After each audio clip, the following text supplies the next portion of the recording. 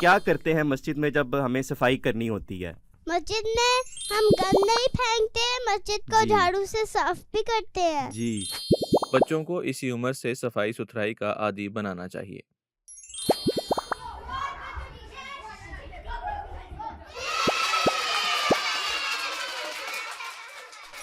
السلام علیکم ورحمۃ اللہ وبرکاتہ۔ کیا حال چال ہیں آپ سب بچوں کے؟ گرمیاں کیسی گزر رہی ہیں آپ لوگوں کی؟ آج کل تو بارشیں ہو رہی ہیں، تو بارشوں میں آپ لوگ انجوائے کر رہے ہیں؟ نہا رہے ہیں یا صرف بارش کو دیکھ رہے ہیں؟ تو اب ہم اپنا پروگرام شروع کرتے ہیں۔ سب سے پہلے ہم اللہ میاں کا خط سنیں گے اور ہم یہ دیکھیں گے اور سنیں گے کہ اللہ تعالیٰ نے ہمیں کیا فرمایا ہے۔ تو کون بچہ آج ہمیں اللہ میاں کا خط سنائے گا؟ جی نبیہا اور سبیکا۔ جی سبیکا، اللہ تعالیٰ نے ہمیں کیا فرمایا ہے؟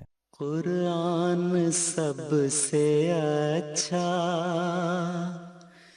قرآن سب سے پیارا۔ اعوذ باللہ من الشیطان الرجیم، بسم اللہ الرحمن الرحیم۔ تو کہہ دے کہ زمین میں سیر کرو، پھر غور کرو کہ کیسے اس نے تخلیق کی، پھر اللہ اسے نشست آخرت کی صورت میں اٹھائے گا۔ یقیناً اللہ ہر چیز پر جسے وہ چاہے دائمی قدرت رکھتا ہے۔ سورۃ العنکبوت آیت نمبر 20۔ جی تو اور جی نبیہا، آپ نے بھی ہاتھ کھڑا کیا تھا، آپ آج ہمیں کیا اللہ کا خط بتائیں گی؟ اعوذ باللہ من الشیطان الرجیم، بسم اللہ الرحمن الرحیم۔ اللہ میاں کا خط۔ اور اس خدا نے زمین کو تمام مخلوقات کے فائدے کے لیے بنایا ہے، اس میں پھل بھی ہیں اور غلاف دار پھل والی کھجوروں کے درخت بھی ہیں، اور اس زمین میں دانے بھی ہیں جن کے اوپر خول بھی ہوتا ہے، اور خوشبودار پھول بھی ہیں۔ سو بتاؤ تو صحیح کہ تم دونوں اپنے رب کی نعمتوں میں سے کس کس کا انکار کرو گے؟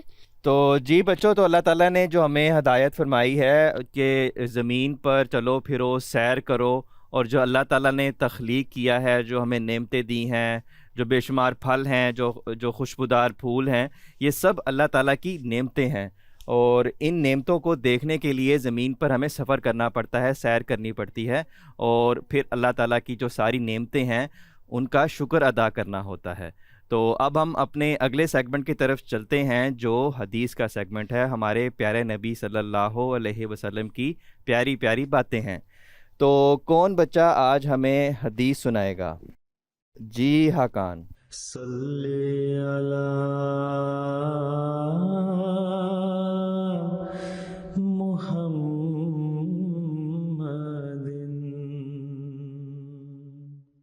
حضرت ابو ہریرہ رضی اللہ تعالیٰ عنہ بیان کرتے ہیں کہ حضرت صلی اللہ علیہ وآلہ وسلم کے پاس ایک آدمی آیا اور عرض کیا کہ اے اللہ کے رسول، میں سفر پر جانا چاہتا ہوں، آپ مجھے کوئی نصیحت کیجیے۔ آپ صلی اللہ علیہ وآلہ وسلم نے فرمایا، اللہ کا تقوی اختیار کرو، جب بھی بلندی پر چڑھو تکبیر کہو۔ وہ آدمی واپس ہوا تو آپ صلی اللہ علیہ وآلہ وسلم نے دعا کی کہ اے اللہ، اس کی دوری کو لپیٹ دے، یعنی اس کا سفر آسان کر دے اور طے کر دے۔ ٹھیک ہے، جزاک اللہ۔ تو اور ہم ایک اور حدیث سنتے ہیں اسی سفر کے بارے میں۔ کون بچہ آج ہمیں دوسری حدیث سنائے گا؟ جی آنیہ۔ حضرت ابو سعید رضی اللہ عنہ بیان کرتے ہیں کہ حضرت محمد صلی اللہ علیہ وسلم نے فرمایا، جب 3 آدمی سفر پر جائیں تو اپنے میں سے کسی ایک کو اپنا امیر مقرر کر لیں۔ جی جزاک اللہ۔ تو یہ امیر مقرر کرنا کیا ہوتا ہے؟ کسی بچے کو پتہ ہے کہ سفر پہ جائیں اور زیادہ لوگ ہوں تو ایک امیر مقرر کر لیں؟ جی نبیہا۔ یعنی کسی کو اپنا جیسے کہ بڑا سمجھیں، مطلب کسی کو نگران بنا دیں کہ وہ جو ساری ذمہ داریاں ہیں نگران والی وہ پوری کرے گا۔ تو اب ہم اپنے اگلے سیگمنٹ کی طرف چلتے ہیں، جو مشعل راہ کا سیگمنٹ ہے، جس میں ہم دیکھیں گے کہ پیارے حضور نے ہمیں کیا فرمایا ہے۔ خلافت کیا ہے ایک فضل عظیم رب رحمہ ہے۔ انسان دنیا میں مختلف مقاصد کے لیے سفر کرتا ہے، اور اس زمانے میں جب سفر کی بہت سی سہولتیں بھی میسر آ گئی ہیں اور ان سفر کی سہولتوں کی وجہ سے فاصلے بھی سمٹ گئے ہیں، اور ان سہولتوں اور ان فاصلوں کے سمٹنے کی وجہ سے اکثر لوگ اپنے کاموں کے لیے اکثر سفروں میں رہتے ہیں۔ جو 20-25 میل کا فاصلہ پرانے زمانے میں سفر کہلاتا تھا، اب سفر بھی نہیں کہلاتا، لیکن بہرحال اس لحاظ سے سفر ہی ہے۔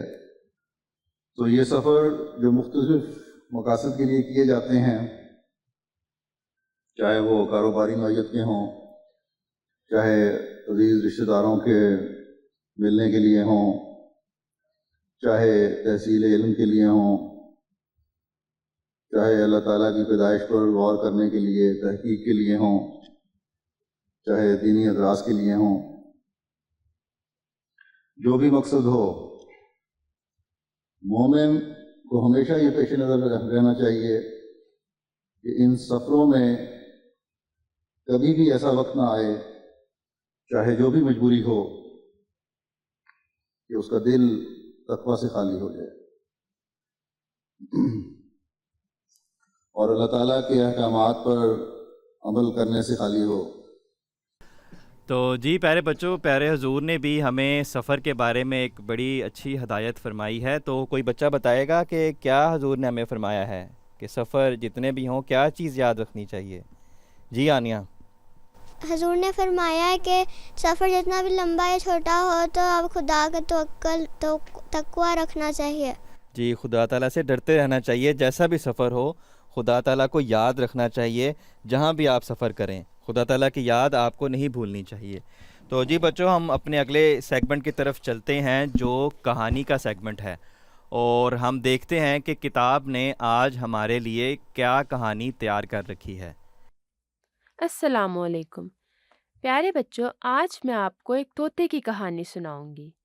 ایک آدمی نے طوطا رکھا ہوا تھا۔ اس آدمی نے کہا کہ میں دور کے سفر پر جا رہا ہوں، وہاں سے کوئی چیز منگوانی ہو تو بتا دو۔ طوطے نے کہا کہ وہاں تو طوطوں کا جنگل ہے، وہاں میرے دوست رہتے ہیں، وہاں جانا اور میرے دوستوں کو میرا سلام کہنا، اور کہنا کہ ایک غلام طوطا پنجرے میں رہنے والا آپ کو سلام کہتا ہے۔ سوداگر وہاں گیا اور اس نے جا کر یہ پیغام دیا۔ اچانک ایک طوطا گرا، دوسرا گرا، اور پھر سب کے سب گر کر مر گئے۔ سوداگر بڑا حیران ہوا کہ یہ کیا ماجرا ہے۔ واپسی پر طوطے نے پوچھا کہ کیا میرا سلام دیا تھا؟ اس نے کہا کہ بڑی عجیب بات ہوئی، سلام تو میں نے پہنچا دیا، مگر تمہارے دوسرے طوطے ایک ایک کر کے مر گئے۔ اتنا سننا تھا کہ وہ طوطا بھی مر گیا۔ سوداگر کو بڑا افسوس ہوا۔ اس نے مردہ طوطے کو اٹھا کر باہر رکھ دیا۔ طوطا فوراً اڑ گیا اور شاخ پر بیٹھ گیا۔ اس نے پوچھا یہ کیا؟ طوطے نے کہا کہ بات یہ ہے کہ میں نے اپنے دوست طوطے سے پوچھا تھا کہ قید سے بچنے کا طریقہ بتاؤ۔ اس نے یہ طریقہ بتا کے مجھے آزادی دلائی۔ تو پیارے پیارے دوستو، اس سے ہمیں پتہ چلتا ہے کہ کبھی بھی ہمت نہیں ہارنی چاہیے۔ وہ طوطا بھی آزادی کو نہیں بھولا اور کوشش کرتا رہا، آخرکار کامیاب ہو گیا۔ تو جی بچوں، اس کہانی سے کچھ آپ کو سمجھ آئی کہ کہانی کیا تھی اور اس سے ہمیں کیا سبق ملا ہے؟ شافیہ آپ بتائیں کیا سمجھ آئی ہے آپ کو؟ ہمیں یہ پتہ چلا کہ ہمیں کبھی بھی ہمت نہیں ہارنی چاہیے، ہمیشہ کوشش کرتے رہنا چاہیے۔ ٹھیک ہے، ایک تو بات ہمیں پتہ چل گئی کہ ہمت نہیں ہارنی چاہیے۔ وہ طوطا قید میں تھا لیکن پھر بھی اس نے ہمت نہیں ہاری۔ اور کچھ پتہ لگا کسی کو ہمت ہارنے کے علاوہ؟ کہ اس نے اپنے دوستوں سے پوچھا کہ میں کیسے آزاد ہو سکتا ہوں، تو انہوں نے بتایا کہ یہ طریقہ، تو اس نے یہ کیا تو وہ آزاد ہو گیا۔ ہاں، مطلب ایک تو ہے نا کہ ہمت نہیں ہارنی چاہیے، اور جو دوستی ہے وہ اچھے دوستوں سے رکھنی چاہیے جو آپ کو مشکل کے وقت کام آ سکیں۔ طوطے کے جو دوست تھے وہ مشکل کے وقت کام آئے اور طوطا اس طرح قید سے آزاد ہو گیا۔ تو چلے ہم اپنے اب پروفیسر رومی کی طرف چلتے ہیں اور دیکھتے ہیں کہ آج پروفیسر رومی ہمیں کیا سائنسی بات بتاتے ہیں۔ السلام علیکم بچوں، میں ہوں پروفیسر رومی اور آج میں آپ کو ایک بہت دلچسپ بات بتانے والا ہوں۔ کیا آپ نے کبھی سنا ہے کہ لوگ گرمیوں میں پاکستان کے شمالی علاقوں میں گرمی سے بچنے کے لیے جاتے ہیں؟ آج ہم جانیں گے کہ وہ ایسا کیوں کرتے ہیں اور ان جگہوں میں آخر ایسا خاص کیا ہے۔ تو دوستو، گرمیوں میں میدانی علاقوں میں بہت زیادہ گرمی ہو جاتی ہے اور کبھی کبھی پنکھے اور ایئر کنڈیشنرز بھی ہمیں ٹھنڈا نہیں رکھ سکتے۔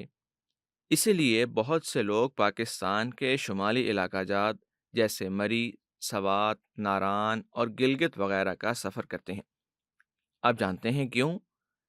کیونکہ یہ جگہیں گرمیوں میں بھی بہت ٹھنڈی ہوتی ہیں۔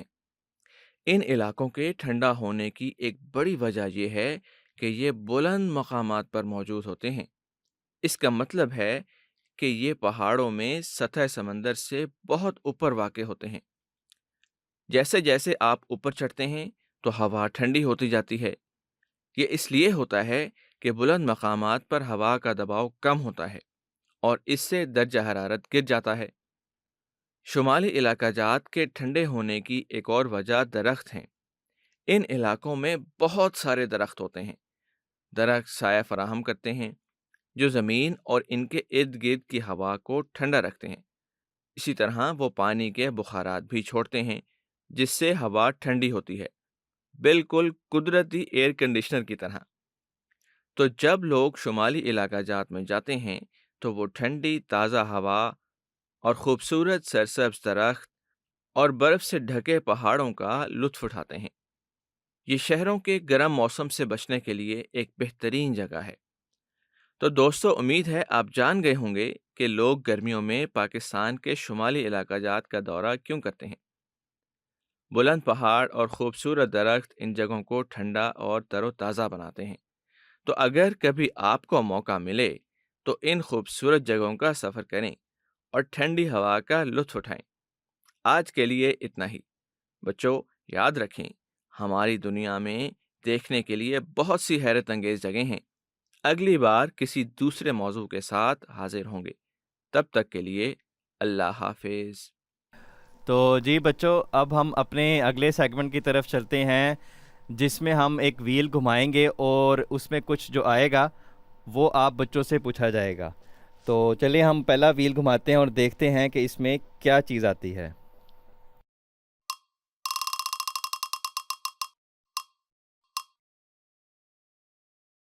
ہنس کر دکھانا۔ تو کون بچہ آج ہنس کے دکھائے گا؟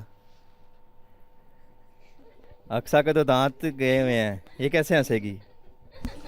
دانتوں کی تو ایک وجہ ہے۔ کیسے ہنستے ہیں؟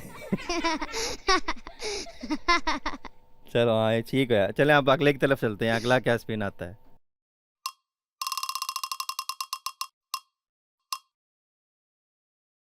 ٹنگ ٹوسٹر۔ ٹنگ ٹوسٹر۔ نبیہ آپ دفعہ کرو ذرا۔ ہاں، مسک بسکٹس بولو تیزی سے۔ Mix biscuits, mix biscuits, mix biscuits, mix biscuits, mix biscuits, mix biscuits, mix biscuits, mix biscuits. ٹھیک ہے، اور کوئی بچہ یہی بولے گا؟ جذبیہ، جی جذبیہ آپ بولو ذرا۔ Mix biscuit, mix biscuit. جی ٹھیک ہے، ٹھیک ہے، چلیں اگلا اسپن کرتے ہیں۔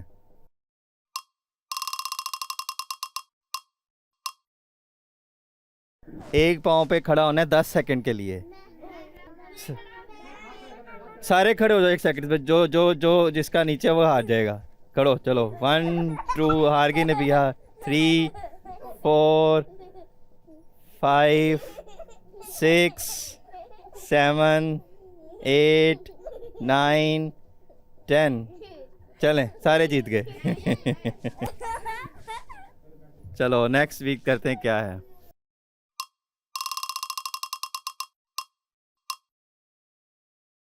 10 پش اپس ہیں، کون 10 پش اپس لگائے گا؟